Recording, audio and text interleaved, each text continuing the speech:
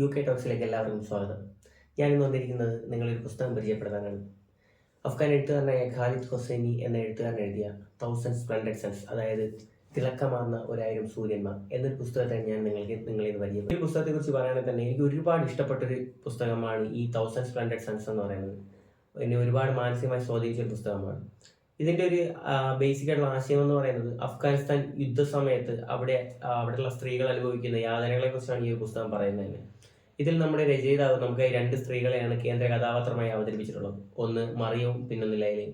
അതിൽ നമുക്ക് ആദ്യം മറിയത്തെക്കുറിച്ച് പറയുകയാണെങ്കിൽ തന്നെ മറിയം എന്ന് പറയുന്നത് അഫ്ഗാനിസ്ഥാനിലെ ഒരു കുഗ്രാമമായ ഖരാത്ത് എന്ന ഗ്രാമത്തിൽ ജനിച്ചു വളർന്ന ഒരു സ്ത്രീയാണ് ഈ മറിയം എന്ന് പറയുന്നത്. മറിയത്തിന്റെ ജീവിതത്തെ എടുക്കുകയാണെങ്കിൽ തന്നെ മറിയത്തിന്റെ അച്ഛൻ വന്നിട്ട് ആ നാട്ടിലെ തന്നെ ഒരു പ്രമാണിയും അമ്മ ആ പ്രമാണിയുടെ വീട്ടിലെ ജോലിക്കാരിയുമായിരുന്നു. അപ്പോൾ അതുകൊണ്ട് തന്നെ നമുക്ക് ഊഹിക്കാം എങ്ങനെയായിരിക്കും ഈ മറിയം ഉണ്ടാവുന്നതെന്ന്. അതിനാൽ തന്നെ മറിയം ഒരുപാട് യാതനകളും കഷ്ടപ്പാടുകളും അനുഭവിച്ചാണ് വളരുന്നത്. എന്നാൽ പോലും എല്ലാ ആഴ്ചയിലും ഈ മറിയത്തിന് വേണ്ടിയിട്ട് മറിയയുടെ അച്ഛൻ ഒരു ദിവസം കുറച്ച് സമയം മാറ്റിവെക്കുമായിരുന്നു. മറിയത്തിന് മുട്ടായികളും സമ്മാനപ്പൊതികളുമായി അദ്ദേഹം എല്ലാ ആഴ്ചയിലും ഒരു ദിവസം അവളെ തേടിയെത്തുമായിരുന്നു. അങ്ങനെ ഇരിക്കെ നമ്മുടെ മറിയത്തിന് അച്ഛൻ്റെ കൂടെ ഒരു സിനിമ കാണണമെന്നും ഐസ്ക്രീം കുടിക്കണമെന്നും അതിയായ ഒരു ആഗ്രഹം ഉണ്ടായിരുന്നു. എന്നാൽ അച്ഛനാണെങ്കിൽ അതിനൊട്ടും സമ്മതിച്ചില്ല. അങ്ങനെ ഒരു ദിവസം അമ്മയോട് വഴക്കിട്ടിട്ട് ഈ മറിയം ഇറങ്ങി പോവുകയാണ്. ഈ ഇറങ്ങി പോകുന്നതിന് മുമ്പായിട്ട് തന്നെ അമ്മ പുറകിൽ നിന്ന് വിളിച്ച് പറയാണ്, മറിയം അയാൾ ദുഷ്ടനാണ്, നീ പോകരുത്, നീ പോവുകയാണെങ്കിൽ നീ തിരിച്ചു വരുമ്പോൾ എൻ്റെ ശവമായിരിക്കും കാണുന്നത്. എന്നാൽ ആ കുഞ്ഞു മനസ്സ് അച്ഛനുള്ള സ്നേഹത്തിൻ്റെ കാഠിന്യം മൂലം അവൾ ഇതൊന്നും ചെവികൊള്ളാതെ അവൾ ഇറങ്ങി പോവുകയാണ്. എന്നാൽ പക്ഷെ അവളെ കാത്തിരുന്നത് വളരെ പരിതാപകരമായ ഒരു കാര്യമായിരുന്നു. അവൾ നേരെ ഈ പറയുന്ന അവളുടെ അച്ഛൻ്റെ വീടിൻ്റെ മുന്നിലെത്തുന്നു. പക്ഷേ അവൾക്ക് ആ വീടിനകത്തോട്ട് കടക്കാനുള്ള അനുവാദമില്ലായിരുന്നു.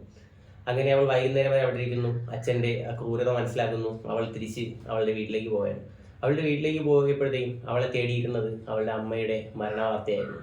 അങ്ങനെ ആകെ തകർന്നിരിക്കുന്ന മറിയം കുറച്ചു കാലങ്ങൾ കഴിഞ്ഞ് അവളുടെ അച്ഛൻ്റെ വീട്ടിലേക്ക് ചേക്കേറുകയാണ്. പക്ഷെ എന്നാലും അവൾക്ക് അവിടെ ഒന്നിലും സമാധാനിക്കാനോ സന്തോഷിക്കാനോ ഒന്നും പറ്റിയിട്ടില്ല. അങ്ങനെ ഇരിക്കെ നമ്മുടെ മറിയത്തെ തേടി ഒരു വിവാഹാലോചന വരികയാണ്. കാബൂളിൽ നിന്നുള്ള ഒരു ചെരുപ്പ് തുന്നൽക്കാരനാണ് മറിയയുടെ വരനായിട്ട് വരുന്നത്. കൂടുതലൊന്നും ആലോചിക്കാതെ നമ്മുടെ മറിയയുടെ അച്ഛൻ ആ ഒരു കല്യാണം നടത്തുകയാണ്. അങ്ങനെ കല്യാണത്തോടെ മറിയ കാബൂളിലേക്ക് പറിച്ചു നടപ്പെടുകയാണ്. എന്നാൽ ഇതേ സമയം ലൈല ജനിക്കുന്നത് കാബൂളിൽ തന്നെ ഒരു അധ്യാപകന്റെ മകളായിട്ടാണ്. അതുകൊണ്ട് തന്നെ അവൾ വളർന്നു വരുമ്പോൾ തന്നെ അവൾക്ക് ഒരുപാട് ആഗ്രഹങ്ങളുണ്ട്, ഒരുപാട് സ്വപ്നങ്ങളുണ്ട്, ഒരുപാട് ഉയരങ്ങളിൽ എത്തണമെന്നുള്ള അതിയായ ആഗ്രഹത്തോടെയാണ് അവൾ ഓരോ ദിവസം തള്ളി നീക്കുന്നത്. അങ്ങനെ അവളുടെ പഠനം നല്ല രീതിയിൽ തന്നെ മുന്നോട്ട് പോവുകയാണ്. അങ്ങനെ പെട്ടെന്നാണ് നമ്മുടെ അഫ്ഗാനിസ്ഥാനിലെ യുദ്ധങ്ങളുടെ കടന്നുവരവെന്ന് പറയുന്നത്. യുദ്ധങ്ങളുടെ വരവോടെ തന്നെ ആ അഫ്ഗാനിസ്ഥാനിലെ വിദ്യാഭ്യാസവും ക്രമസമാധാനവും പാടെ തകരുകയാണ്. യുദ്ധങ്ങൾ കൂടുതൽ മൂർച്ഛിക്കുന്ന സാഹചര്യമായപ്പോഴത്തേക്കും തന്നെ ആ രാജ്യത്തിലെ പല ആൾക്കാരും മറ്റു രാജ്യങ്ങളിലോട്ട് അഭയം തേടി യാത്രയാവുകയാണ്. അങ്ങനെ ആദ്യം കുറേ ആൾക്കാർ അവിടെ നിന്ന് രക്ഷപ്പെട്ടു പോയി. എന്നാൽ അപ്പോഴൊന്നും നമ്മുടെ ലൈലയുടെ അച്ഛനോ അമ്മയ്ക്കോ തങ്ങളുടെ നാടും വീടും വിട്ടുപോകാനായിട്ട് താല്പര്യമില്ലായിരുന്നു. അങ്ങനെ യുദ്ധങ്ങൾ ഒരുപാട് മൂർച്ഛിച്ച സാഹചര്യത്തിൽ ആ നാട് വിട്ടുപോയേ മതിയാവൂ എന്നുള്ള സത്യാവസ്ഥ അവർ മനസ്സിലാക്കിയ സമയത്ത് അവരും ഒരുങ്ങിയാണ്.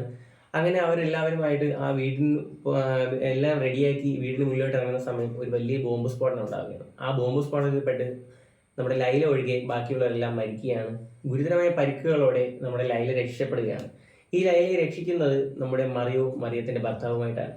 അങ്ങനെ നമ്മുടെ ഈ ഗുരുതര പരിക്കുകളോടെ ലൈല മറിയത്തിന്റെ വീട്ടിലേക്ക് എത്തുകയാണ്. കുറേ നാളത്തെ പരിശ്രമം മൂലം ലൈല പഴയ ആരോഗ്യസ്ഥിതി വീണ്ടെടുക്കുകയാണ്. ആദ്യം നമ്മുടെ മറിയത്തിനും ലൈലയ്ക്കും ഇടയിൽ ഒരുപാട് പ്രശ്നങ്ങൾ ഉണ്ടാവുന്നു. പിന്നെ പെട്ടെന്ന് നമ്മുടെ മറിയത്തിന്റെ ഭർത്താവ് ഒരു വിവാഹ അഭ്യർത്ഥന മുന്നോട്ട് വയ്ക്കുകയാണ് ലൈലയോട്. ഏതാണ്ട് ഒരുപാട് വയസ്സിന്റെ വ്യത്യാസമുള്ള അവർ തമ്മിലുണ്ട്. പക്ഷേ ആ സമയത്ത് അത് നിരസിക്കാനായിട്ട് ലൈലയ്ക്ക് കഴിഞ്ഞില്ല. കാരണം ലൈല ആ സമയം ഗർഭിണിയായിരുന്നു. കാരണം കുഞ്ഞിന്റെ അച്ഛൻ ഒരിക്കലും ഈ മറിയയുടെ ഭർത്താവല്ല. അതുകൊണ്ട് തന്നെ അവൾക്ക് ആ ഒരു കുഞ്ഞിനെ വളർത്തണമെന്നുള്ള ആഗ്രഹം ഉള്ളത് കൊണ്ടും അവൾ ആ ഒരു വിവാഹത്തിലേക്ക് കാലെടുത്ത് വയ്ക്കുകയാണ്. അങ്ങനെ അവരുടെ കല്യാണം കഴിയുന്നു. കുറച്ച് നാൾ വരെ അവരുടെ ദാമ്പത്യം നല്ല രീതിയിൽ തന്നെ മുന്നോട്ട് പോകുന്നു. കുറച്ച് നാൾക്ക് ശേഷം അവരുടെ ആദ്യ കുഞ്ഞ് ജനിക്കുന്നു. ഒരു പെൺകുഞ്ഞായിരുന്നു. പെൺകുഞ്ഞ് കുറഞ്ഞ് വലുതാവുന്നു. കുറച്ച് ദിവസം കഴിഞ്ഞ് വീണ്ടും അവൾ ഗർഭിണിയാവുന്നു. ഒരു ആൺകുഞ്ഞ് ജനിക്കുന്നു. അങ്ങനെ 2 കുഞ്ഞുങ്ങളും മറിയവും ലൈലയും പിന്നെ അവരുടെ ഭർത്താവും അടങ്ങുന്ന ഒരു കുഞ്ഞു കുടുംബമായിട്ട് മുന്നോട്ട് പോയിക്കൊണ്ടിരിക്കുന്ന സമയത്ത് ആദ്യം മറിയത്തെ ആ ഒരു വീടിൻ്റെ അടിമ എന്നുള്ള രീതിയിലോട്ട് കാണാൻ തുടങ്ങുകയും അത് കഴിഞ്ഞ് ലൈലയും ആ രീതിയിൽ കാണാൻ തുടങ്ങിയാണ്. അത് കഴിഞ്ഞ് ആ ലൈലയുടെ മകളെയും കാണാൻ തുടങ്ങിയാണ്. അങ്ങനെ ഒരുപാട് യാതനകൾ അനുഭവിക്കുകയാണ്, ഒരുപാട് അടികൊള്ളുകയാണ്. അങ്ങനെ പല പ്രാവശ്യം അതിനിടയിൽ ഒരു പ്രാവശ്യം രക്ഷപ്പെടാൻ ശ്രമിക്കുന്നു. ആ രക്ഷപ്പെടാൻ ശ്രമിക്കുന്ന വേളയിൽ ഇവരെ പിടികൂടി ഇവർക്ക് ഒരുപാട് അടി കിട്ടുകയാണ്. അങ്ങനെ വീണ്ടും വീട്ടിലടയ്ക്കപ്പെടുന്നു. ആ സമയത്ത് അല്ലെങ്കിൽ ആ യുദ്ധം കൊടുമ്പിരിക്കൊണ്ടിരിക്കുന്ന സമയത്തെ ഒരു റൂളെന്ന് പറയുന്നത് ആണുങ്ങളില്ലാതെ സ്ത്രീകൾക്ക് ഒറ്റയ്ക്ക് റോഡിൽ ഇറങ്ങി നടക്കാൻ പാടില്ലെന്നായിരുന്നു. ആ സമയത്തായിരുന്നു നമ്മുടെ ലൈലയുടെ മകളെ ഒരു അനാഥാലയത്തിൽ ചേർക്കുന്നത്. എന്നാൽ ഒരുപാട് നിബന്ധനകളോടെയാണ് അനാഥാലയത്തിൽ ആദ്യം ചേർക്കുന്നത് തന്നെ. അതായത് എല്ലാ ആഴ്ചയും ലൈലയുടെ കൂടെ അവളുടെ ഭർത്താവും കൂടെ പോയി കാണാം എന്നുള്ള സമ്മതം കൂടെ നൽകിയതിന് ശേഷമാണ് ഇവളെ അനാഥാലയത്തിലോട്ട് ചേർക്കുന്നത്. പക്ഷെ എന്നാൽ കുറച്ച് നാൾക്ക് ശേഷം അയാളുടെ വാക്ക് തെറ്റിക്കുകയാണ്, കൂടെ പോവാതാവുകയാണ്. എന്നാൽ നമ്മുടെ ലൈല ഒറ്റയ്ക്ക് പോവുകയാണ്. അവൾ എല്ലാ ആഴ്ചയും യാത്ര തിരിക്കുന്നു. അവൾ ഒരുപാട് പ്രാവശ്യം പിടിക്കപ്പെടുന്നു, ഒരുപാട് പ്രാവശ്യം അടി കൊള്ളുന്നു. വീണ്ടും അവൾ അത് തന്നെ തുടർന്നുകൊണ്ടിരുന്നു. അങ്ങനെ പെട്ടെന്നായിരുന്നു നമ്മുടെ ഒരു പുതിയൊരു കഥാനായകന്റെ എൻട്രി അവിടെ ഉണ്ടാകുന്നത്. അയാൾ വരുന്നതോടെ സാഹചര്യം കുറച്ചുകൂടി രൂക്ഷമാവുകയാണ്. ഒടുവിൽ നമ്മുടെ ഈ 2 യുവതികൾ ഒരാളുടെ കൈകൊണ്ട് തന്നെ ഇവരുടെ ഭർത്താവ് മരണപ്പെടുകയാണ്. പിന്നെ തുടർന്ന് അതിൻ്റെ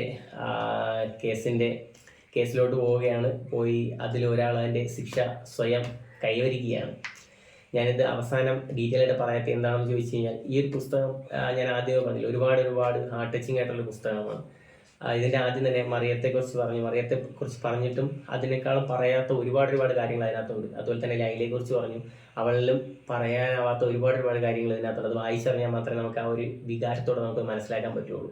അതുപോലെ തന്നെ ഇതിൻ്റെ ക്ലൈമാക്സ് ഒക്കെ എന്ന് വെച്ച് കഴിഞ്ഞാൽ കണ്ണു പറയാതെ നമുക്ക് വായിച്ച് തീർക്കാനായിട്ട് പറ്റില്ലെന്നാണ് എൻ്റെ ഒരു അഭിപ്രായം. കാരണം ഞാനിത് വായിച്ച ഒരുപാട് ആൾക്കാർ ചോദിച്ചപ്പോൾ എല്ലാവർക്കും ഒരേ അഭിപ്രായമാണ്.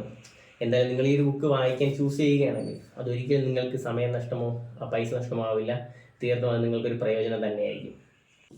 അതുകൊണ്ട് തന്നെ എല്ലാവരും ഈ ഒരു പുസ്തകം വാങ്ങി വായിക്കുക. വായിക്കാത്തവരെല്ലാം ഈ ഒരു പുസ്തകം വാങ്ങി വായിക്കുക. വായിച്ചവർ നിങ്ങളുടെ അഭിപ്രായം താഴെ കമൻറ്റ് ചെയ്യുക. അതുപോലെ തന്നെ ഇനി മറ്റു പുസ്തകങ്ങളുടെ റിവ്യൂ ആയിട്ട് ഞാൻ വീണ്ടും വരും. നിങ്ങൾക്ക് ഏതെങ്കിലും പുസ്തകങ്ങൾ റിവ്യൂ ചെയ്യണം എന്ന ആഗ്രഹമുണ്ടെങ്കിൽ, അല്ലെങ്കിൽ പരിചയപ്പെടണമെന്ന ആഗ്രഹമുണ്ടെങ്കിൽ നിങ്ങൾക്ക് ആ ഒരു പുസ്തകത്തിൻ്റെ പേര് താഴെ കമൻറ്റ് ചെയ്യാം. എൻ്റെ ഉള്ളതാണെങ്കിൽ ഞാനത് റിവ്യൂ ചെയ്യുന്നതായിരിക്കും. ഇല്ലാന്നുണ്ടെങ്കിൽ ഞാനത് വായിച്ചതിന് ശേഷം ഞാൻ റിവ്യൂ ചെയ്യുന്നതായിരിക്കും. എന്തായാലും ഇനി അടുത്തൊരു നല്ലൊരു പുസ്തകത്തിൻ്റെ റിവ്യൂ ആയിട്ട് വീണ്ടും കാണാം. അതുവരേക്കും നമസ്കാരം.